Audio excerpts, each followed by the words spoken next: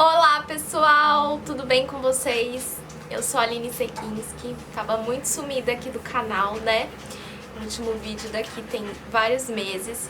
Confesso que eu dei uma desanimada, eu tava alimentando só o meu Instagram, se vocês quiserem me seguir, fiquem à vontade, vou deixar aqui na tela. E aí eu acabei me afastando aqui do YouTube, mas resolvi voltar aqui pro YouTube, porque muita coisa tem acontecido, né, na nossa vida. Lá no Instagram já contei, mas se você não me segue lá, vou contar agora aqui pra vocês em primeira mão que eu tô grávida. Tô de 19 semanas, acho que quando eu postar esse vídeo eu já vou estar de 20 semanas, então estamos aqui no 5º mês, 2º trimestre.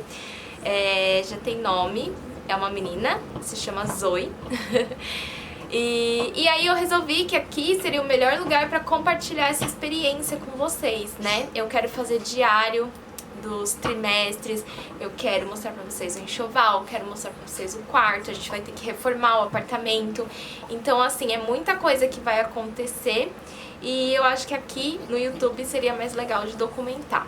Então, nesse primeiro vídeo, eu vou fazer o meu diário do 1º trimestre de gravidez. Eu vou contar tudo pra vocês que aconteceu, porque eu acho muito importante compartilhar algumas das experiências que eu vivi, até porque no comecinho a gente teve alguns problemas, sim, acho que é importante até pra alertar e também confortar algumas mulheres que estejam passando pelo mesmo que eu passei, tá? Então, vamos lá começar.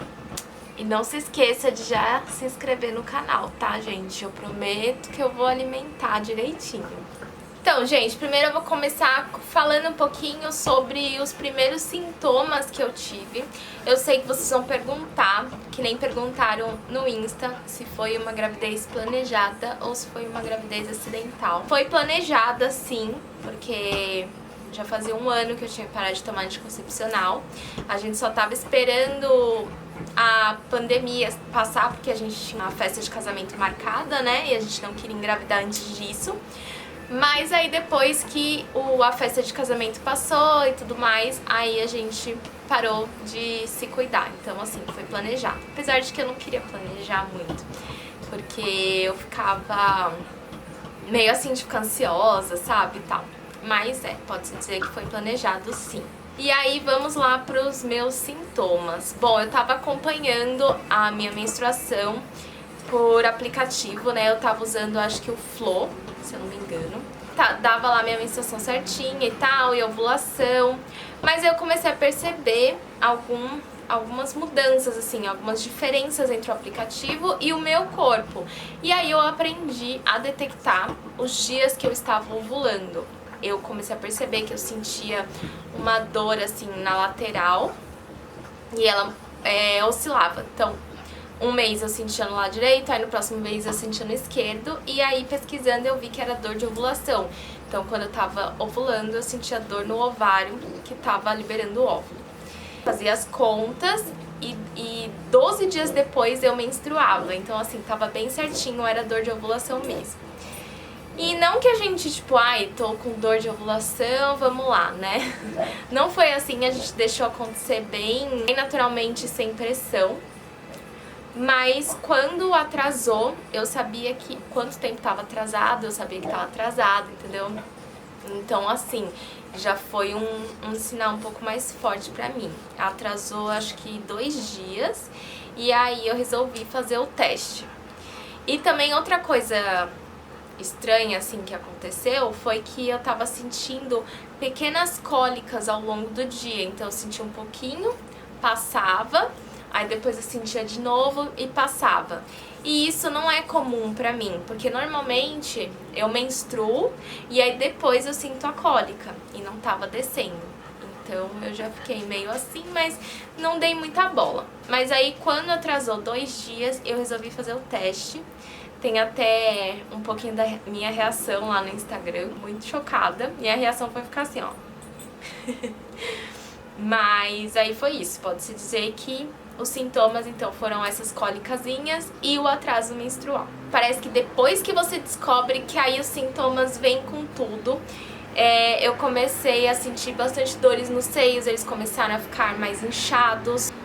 Logo assim no começo, a minha frequência urinária já começou a aumentar. Eu nunca fui do tipo de pessoa que acorda de madrugada pra ir no banheiro, mas desde que eu descobri a gravidez, eu vou todo dia de madrugada, eu acordo com muita vontade de fazer xixi e eu vou no banheiro. Comecei a ter azia, que logo se transformou nos enjoos, que eu vou falar um pouquinho mais pra frente. E também sono, cansaço, isso também logo apareceu. Então assim, foi logo as emoções, tudo de uma vez. E aí, gente, logo que a gente descobriu, eu fiquei meio perdida, não sabia qual o próximo passo dar. Mas aí eu fui no laboratório fazer o exame de beta-HCG, que é o exame de sangue, pra confirmar a gravidez. E aí depois que eu confirmei, aí eu fui pesquisar no nosso convênio uma obstetra pra me acompanhar aí nesse período de gestação. E aí eu acho muito importante contar essa história pra vocês, porque a consulta com a primeira obstetra que a gente foi péssima, assim. Ela deu uma bronca na gente porque eu não tava tomando ácido fólico ainda, apavorou muito a gente. Eu também não como carne vermelha e não como frango, eu como apenas peixe, e ela também me deu uma bronca quanto a isso. Disse que não se alimentava, ela falou que não alimenta um leão com alface, falou um monte de coisa que a gente sabe que hoje em dia não faz sentido nenhum, gente.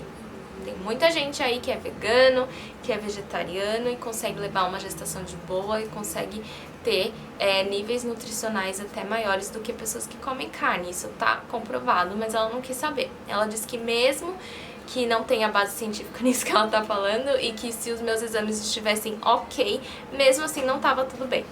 Enfim, a gente não voltou mais nela, obviamente. Mas eu fiz os exames que ela solicitou, tava tudo perfeitinho e levei pra outra obstetra, que é a que está atendendo a gente até hoje.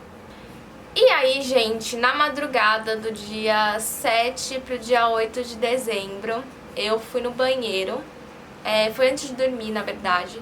Eu fui no banheiro fazer xixi e aí, quando eu vi, tava cheia de sangue na minha calcinha, como se eu tivesse menstruado. Ficamos muito preocupados, lógico, assim, você não sabe o que pensar, e a gente correu pro hospital mais próximo.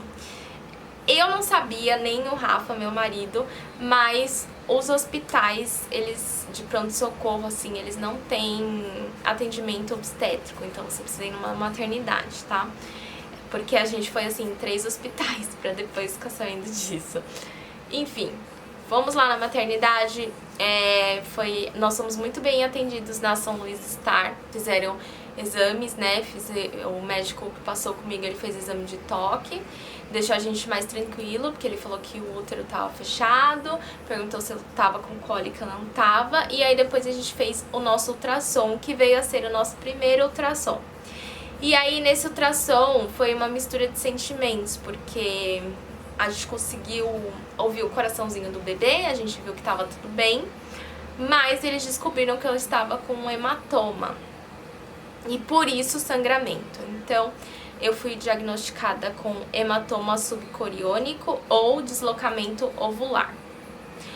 Não vou entrar em detalhes aqui sobre o problema, porque eu nem vou saber explicar direitinho pra vocês, mas é como se ficasse uma bolsinha de sangue lá dentro, sabe? Como se tivesse batido e ficasse o sangue preso. É isso, gente. E o importante é esse sangue não aumentar. Ele tem que diminuir, o seu corpo tem que absorver ele. Mas foi um susto pra gente, apesar de ter ficado tudo bem assim, né? A gente ter visto que o bebê tava bem, não foi nada de pior. A gente ficou meio apreensivo, sim. E os médicos receitaram um remédio, né? Progesterona lá, se chama Ultragestran, que eu tava tomando uma vez antes de dormir. E também repouso. Mas ainda era um repouso relativo, porque o hematoma tava bem pequenininho. Bom, aí eu desacelerei minha rotina, mas ainda fazendo algumas atividades. E aí uns 20 dias depois, a gente fez um outro ultrassom de acompanhamento e o hematoma tinha aumentado. Então nós ficamos mais preocupados, sabe? E aí o que aconteceu? Aumentaram a dose do meu remédio, eu comecei a tomar 2 vezes ao dia. E o repouso, que antes estava relativo, se tornou absoluto. Eu não fazia nada, eu fiquei deitada a maior parte do dia, assim.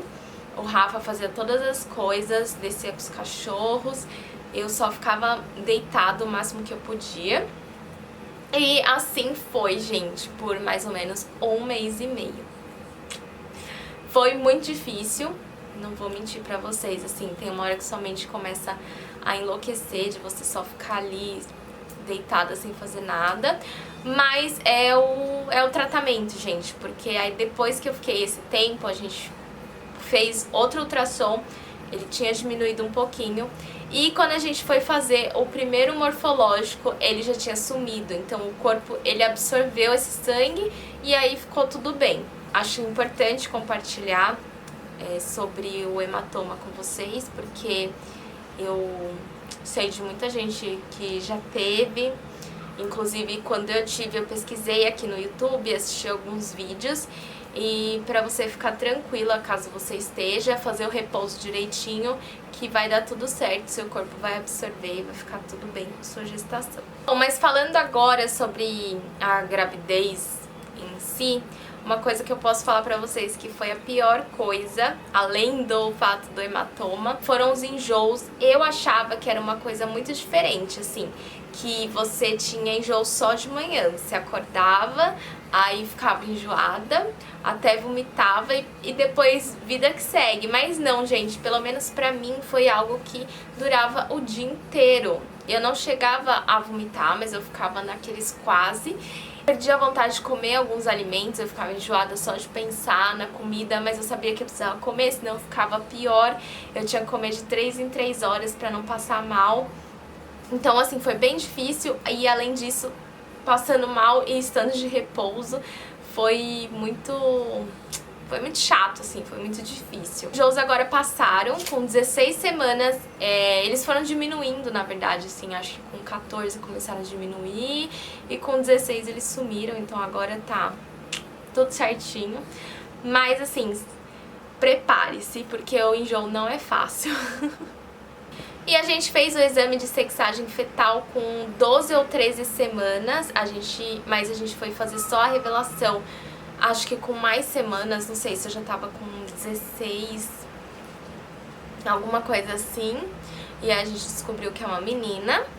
Eu já tinha comprado várias roupinhas, gente, mas tudo neutro. Depois, no próximo vídeo, se vocês quiserem, eu mostro pra vocês tudo que eu comprei pra Zoe.